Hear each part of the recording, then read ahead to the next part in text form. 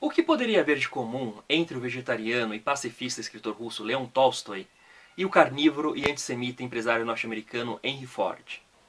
Os dois eram proibicionistas, ou seja, defendiam a proibição de drogas. E que drogas eram essas? Álcool e tabaco. Para ambos, essas duas substâncias eram nocivas à saúde e induziam a degradação dos costumes e a depravação. A relação da humanidade com as substâncias psicoativas é tão antiga quanto a própria civilização.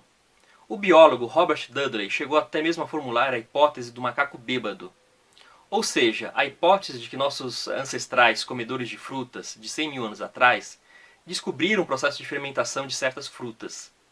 E desde então nós temos convivido com essas substâncias. No entanto, a ideia de se proibir alguma dessas substâncias só ocorreu há menos de 100 anos atrás.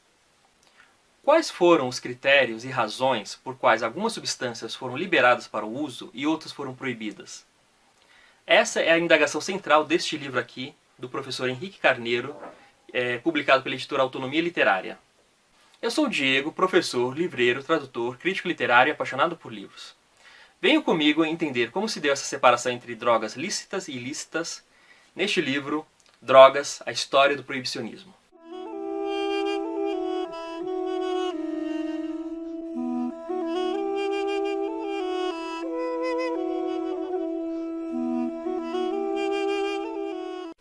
Antes de tudo, um esclarecimento. Apesar de ter uma cannabis bem grande aqui na capa, este livro, o assunto desse livro, não são as substâncias hoje consideradas ilícitas.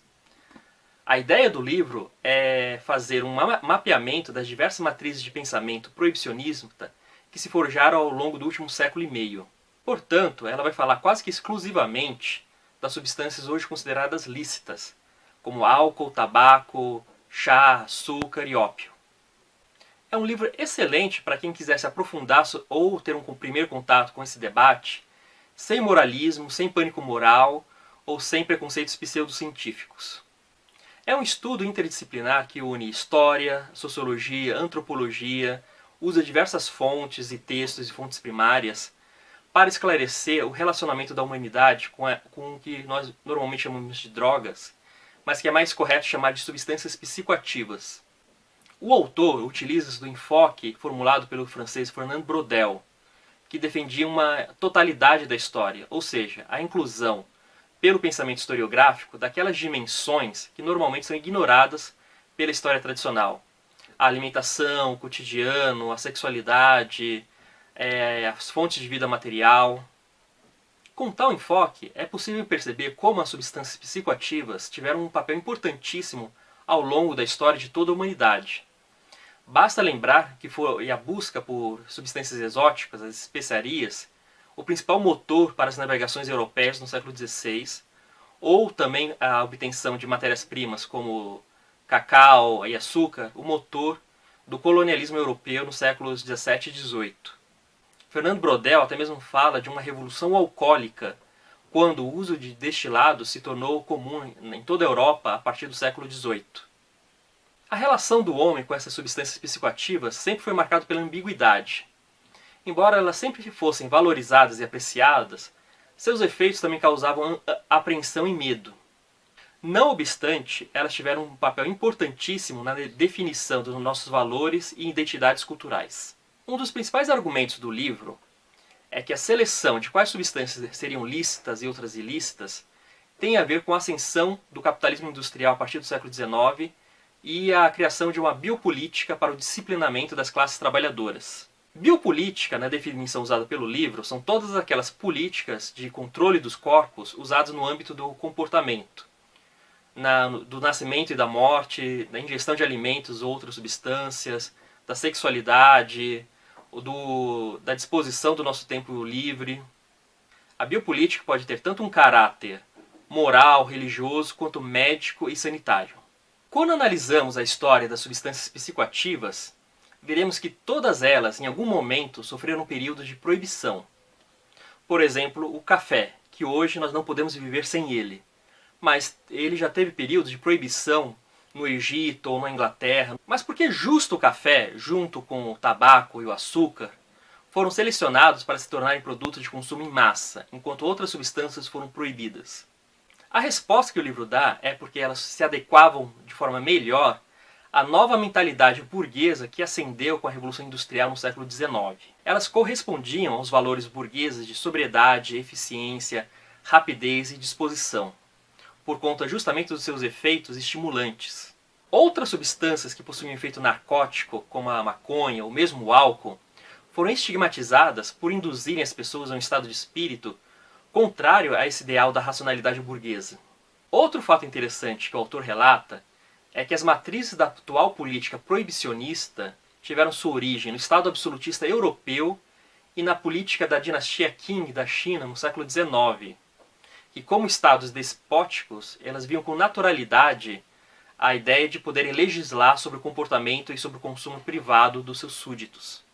A política imperial chinesa, que no século XIX proibiu a importação de ópio e tentou reprimir o seu consumo, foi catastrófica para a economia chinesa, pois inflacionou os preços de uma mercadoria com alta demanda e garantiu seu virtual monopólio do seu fornecimento aos comerciantes estrangeiros, isto é, aos ingleses. O resultado foi que essa política proibicionista inverteu os termos da balança comercial da China com o resto do mundo. Durante séculos, a China foi superavitária no seu comércio com o Ocidente.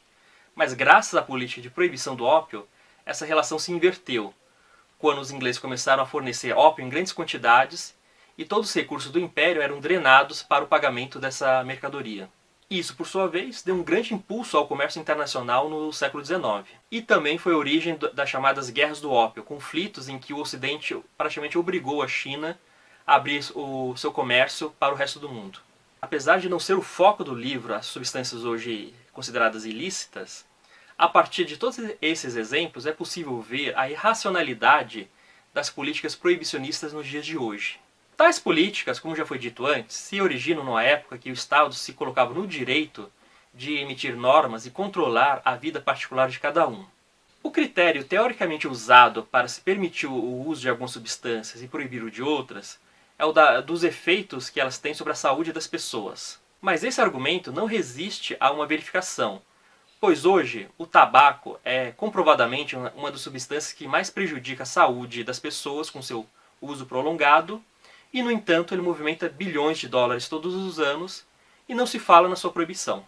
O autor, em vários capítulos, fala dos diversos movimentos e políticas proibicionistas adotadas em vários países.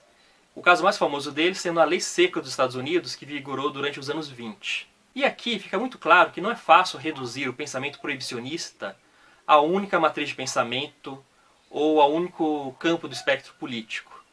Porque, por exemplo, o movimento feminista do século XIX, as sufragistas, também defendiam a proibição da venda de álcool. Pois, como elas argumentavam, quem mais sofria com o alcoolismo dos seus pais e maridos eram as mulheres. Os anarquistas, igualmente, eram contrários ao uso de bebidas alcoólicas, fazendo diversas campanhas para desincentivar o seu uso. Na concepção de muitos anarquistas, o uso do álcool era um sintoma da degeneração causado pelo sistema capitalista. Nisso eles seguiam as ideias morais do Tolstói, que por sua vez se baseava no ascetismo cristão, que pregava a total renúncia dos prazeres materiais. Na França, a campanha contra as bebidas alcoólicas se deu num quadro de contra-revolução. Após a derrota da Comuna de Paris de 1871, as classes dominantes lançaram uma campanha contra a classe trabalhadora, tentando igualar a revolução com o crime e com a bebida alcoólica. Na interpretação dos autores reacionários, a Comuna de Paris foi uma grande orgia de bêbados, que ameaçava as bases da civilização. Então isso serviu para uma campanha de demonização e estigmatização dos trabalhadores que, em sua maioria, eram grandes bebedores. Então eles igualavam bêbado ao criminoso ao revolucionário. Um capítulo que me chamou muita atenção foi sobre a história do Canadá. Nesse país, após breves períodos de proibicionismo, adotou-se na província do Quebec, de fala francesa, um modelo em que uma empresa estatal se responsabilizava pela comercialização e venda de bebidas alcoólicas. Essa empresa existe até hoje e é considerada um patrimônio do país. Há um capítulo também que fala sobre a Rússia. Nesse país, ao contrário dos outros que eu mencionei aqui, nunca houve uma proibição oficial de bebidas.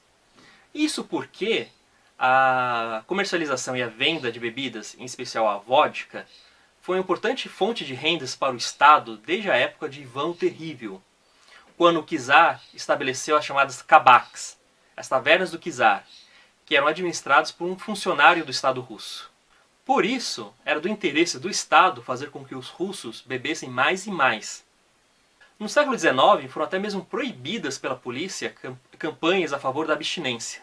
A situação chegou num tal ponto que, até o final dos anos 1850, 46% das rendas do governo vinham da comercialização da vodka.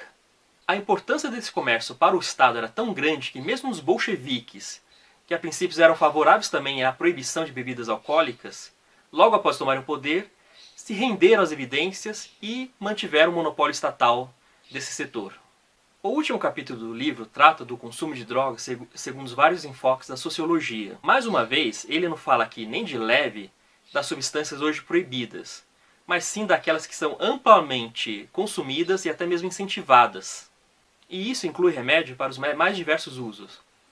Contra a depressão, contra a ansiedade, para ficar ligado o tempo inteiro no trabalho, etc. E o autor até mesmo fala da emergência de um capitalismo aditivo. Ou seja, o uso constante de substâncias psicoativas hoje é uma condição primordial para o funcionamento diário do sistema capitalista. Enfim, o enfoque desse livro aqui são as diversas matrizes de pensamento que em determinados momentos ou lugares defenderam a proibição de certas substâncias psicoativas. É um livro excelente, com muitas informações, eu aprendi muito com ele. Eu recomendo fortemente para quem quiser saber mais sobre esse debate hoje em torno da proibição ou legalização de certas substâncias. Eu estou vendendo ele pelo meu canal na estante virtual e diretamente pelo meu e-mail. O link dos dois vai estar aqui abaixo na descrição do vídeo. Quem adquirir comigo por e-mail vai ter um desconto em relação ao preço da estante. E essa foi mais uma resenha do nosso canal. Gostaram? Se gostou, já sabe, né? Dê um like aí, inscreva-se se você não tiver inscrito, comentários são sempre bem-vindos e até a próxima.